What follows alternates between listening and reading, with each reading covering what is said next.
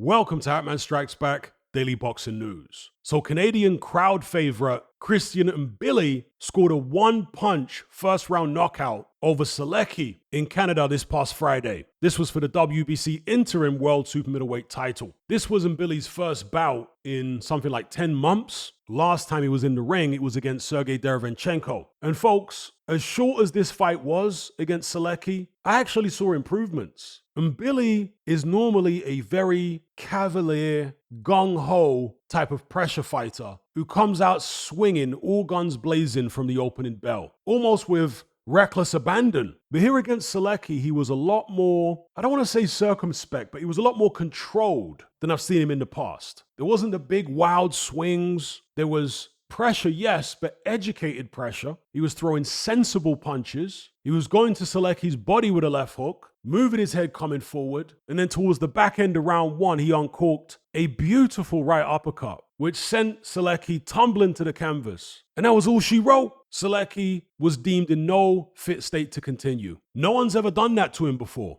Yes, he's been stopped once before in the past, but that was in 6 rounds by Diego Pacheco last year. And Mbilli did it in 1 round. For me, that was impressive stuff. Not like Sulecki's any great shakes, but as a measuring stick, he couldn't have done a better job, Christian Mbilli here. And it really strengthens his position in the eyes of the public regarding this rivalry with Pacheco, because he and Pacheco were ordered to fight each other. For some reason, that fight didn't happen. It appears as though the fault was on the Pacheco side, and now he's gone and blasted out a guy in Sulecki who just took Pacheco 6 rounds. Blasted him out in 1. So the optics are very good here for Christian Mbilli. I don't necessarily think Mbilli is the greatest super middleweight in the world, but he's certainly a fun fighter, and he's an improving fighter, even at the age of 30. So I look forward to seeing his next bout, whoever it may be against. The super middleweight division, as it stands right now, isn't as hot as it once was. You got Canelo taking on Crawford for undisputed in a couple of months' time. But other than that, Benavidez moved up, David Morrell moved up, Caleb Plant's kind of washed. The Durrell brothers are washed. Yeah, Pacheco's there, but what's he really doing? Jaime Munguia just failed a PED test. You got Belanga. Hamza Shiraz just moved into the division. I guess they could be interesting fights, maybe. Jamal Charlo, I think, also joined the 168-pound ranks. But as it stands right now, it's not exactly the hottest division in the world. So my point is that there may be space there for a guy like Christian Mbilli to do some damage, especially if Canelo, whether he beats Crawford or loses, decides to go elsewhere, maybe attempt to fight Bivol again at 175. Who knows what he's going to do? But if Canelo does go elsewhere and the belts do get scattered, like I say, there's an opportunity there potentially for Mbilli to pick up a title. And because he's an exciting fighter, I'm all for it. But what say you? If Canelo decides to stick around, do I think Mbilli could beat him? A prime Canelo? Absolutely not. I think a prime Canelo probably stops Mbilli, to be honest. But how far removed is Canelo from his prime